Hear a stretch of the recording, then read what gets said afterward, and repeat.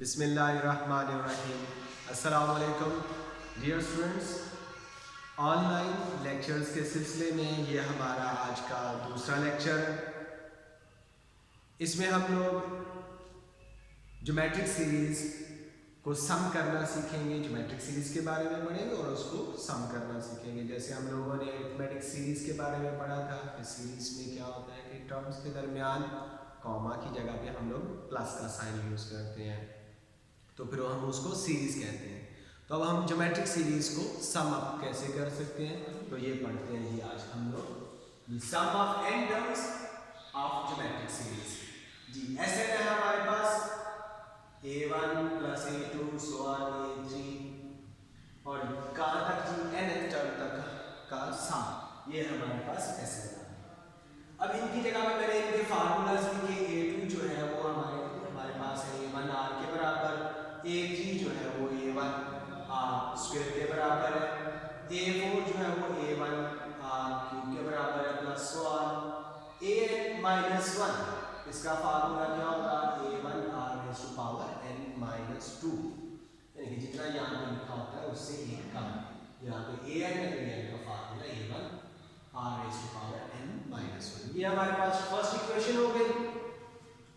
अब हम क्या कर रहे हैं कि इस इक्वेशन को r से मल्टीप्लाई कर रहे हैं। जब हम r से मल्टीप्लाई करेंगे a1 को, तो ये हमारे पास बन जाएगा a1 r। जब हम a1 r को मल्टीप्लाई करेंगे ये बन जाएगा a1 r स्क्वायर। ये वाला जो है ये बन जाएगा a1 r क्यूब।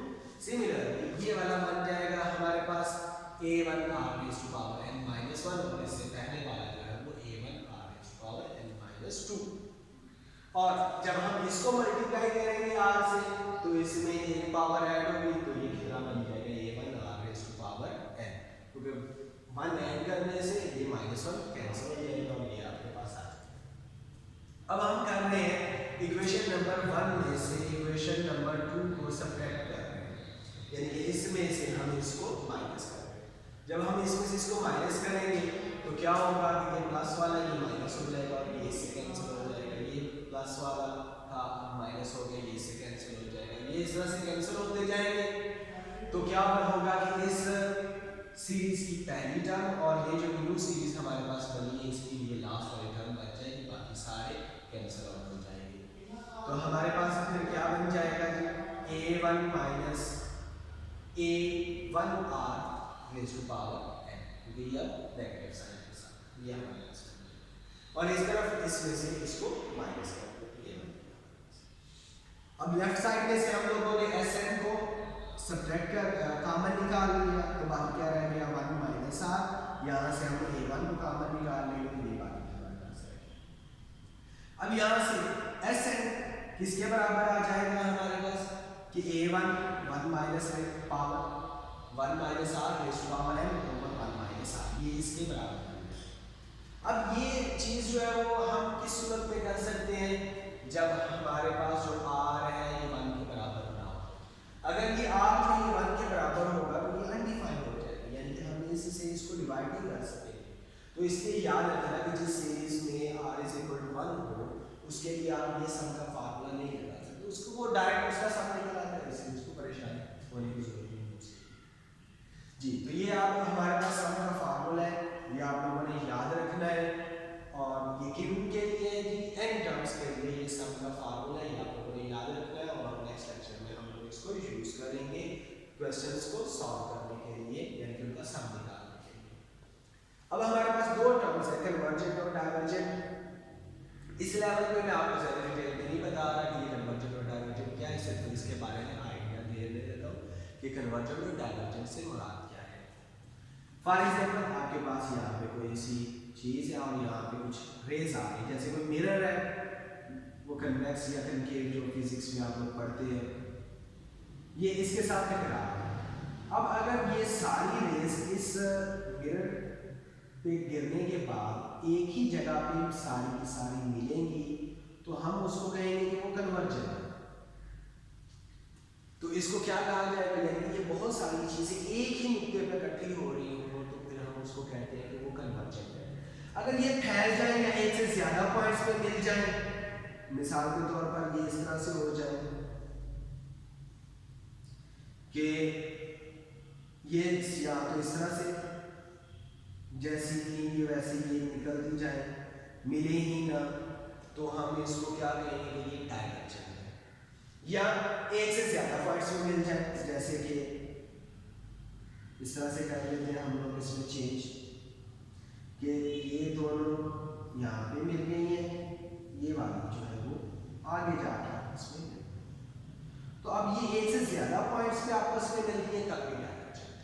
तो कन्वर्जेंट और डायवर्जेंट का ये मतलब है कि अगर एक से ज्यादा चीजें जो है वो एक ही जगह पे इकट्ठी हो रही है, वो सारी चीजें एक ही जगह पे इकट्ठी हो रही हैं एक ही नुक्ते पे, तो उसको हम कन्वर्जेंट कहते हैं। अगर वो एक से ज्यादा पॉइंट्स पे मिल रही हैं तो उनको हम डायवर्जेंट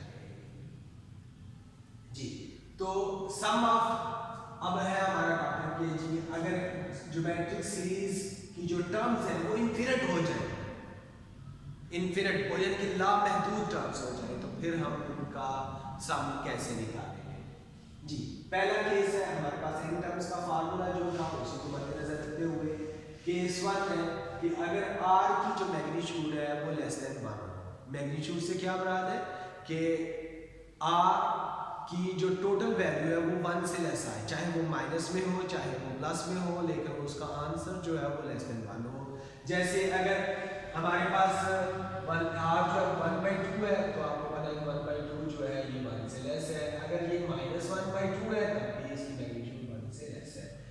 r की मैग्नीट्यूड लेस देन 1 से क्या मुराद है कि r क्या होगा, ये 1 और -1 के दरमियान में से कोई सा नंबर होगा, -1 से लेकर 1 के दरमियान में से कोई सा नंबर होगा, तो हम उसको कहेंगे उसकी मैग्नीट्यूड 1 से लेस है।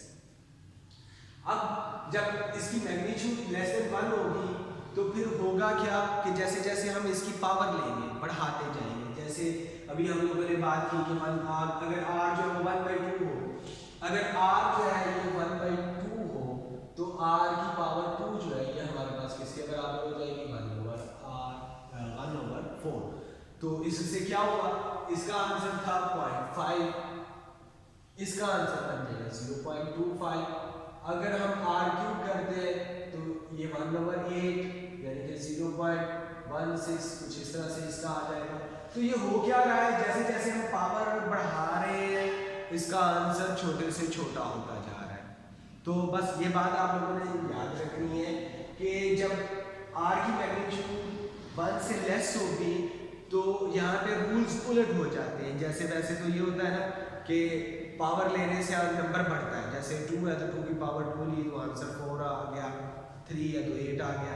अब यहाँ पे क्या होता है कि जैसे जैसे आपने पावर बढ़ानी है तो आंसर क्या होता जाएगा, वो छोटे से छोटा होता जाएगा। जैसे इस केस में आप देख रहे हो जैसे जैसे आप और पावर को बढ़ाते जाओगे ये 0 के करीब चला जाएगा। तो इसलिए यहाँ पे हम लिखते हैं कि r की पावर n जो है ये किसको अप्रोच कर जाएगी, ये 0 को अप्रोच कर जाएगी, यानी कि ये उसके करीब चला जाएगा। कब चला जाएगा, जब आप n जो है वो बहुत ही बढ़ा लेते हो, यानी कि इन्फिनिट लेते हो। ये किसकी अलामत है, इन्फिनिट की अलामत, ये आप लोगों ने पहले से पढ़ी हुई है।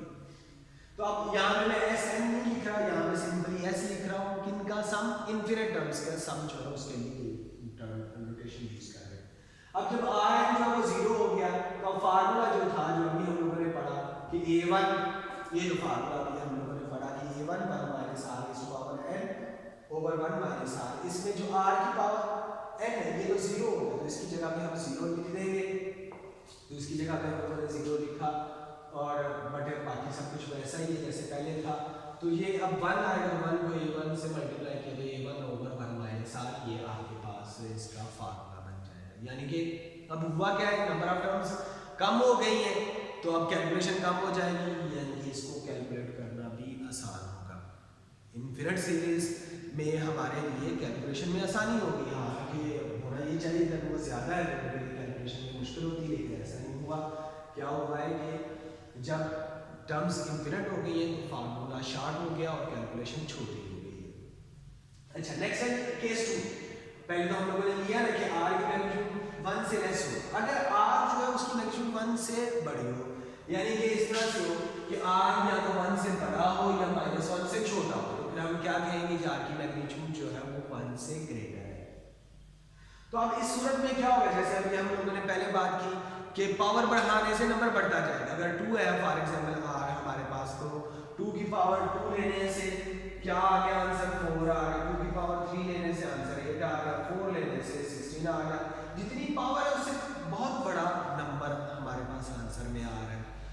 तो इस तरह से होगा कि अगर पावर ही बहुत बड़ी दे दी जाए, नहीं इन्फिनिटी को अप्रोच कर रहा हो, तो यहाँ पे हमने देखा कि पावर से बड़ा आंसर आ रहा है, तो फिर यहाँ पे भी इसका आंसर उससे बड़ा आएगा।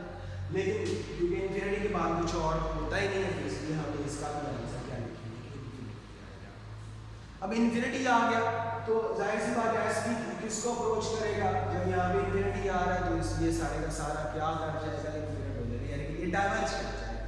तो अब आपको सॉल्व करने की जरूरत नहीं है, आप डायरेक्ट उसका आंसर क्या लिख सकते हो, जब r की वैल्यू ग्रेटर देन 1 हो तो आप लिख सकते हो उसका आंसर इन्फिनिट हो, सॉल्व करने की जरूरत नहीं है। और जब इन्फिनिट आ जाता है तो ये सेम इस तरह का केस था कि जब आंसर जो है वो हर तरफ फैल रहे हैं, कोई एक जगह पे वो चीजें इकट्ठी नहीं हो रही, तो हम इसको क्या कहते हैं कि ये डायमेंशन।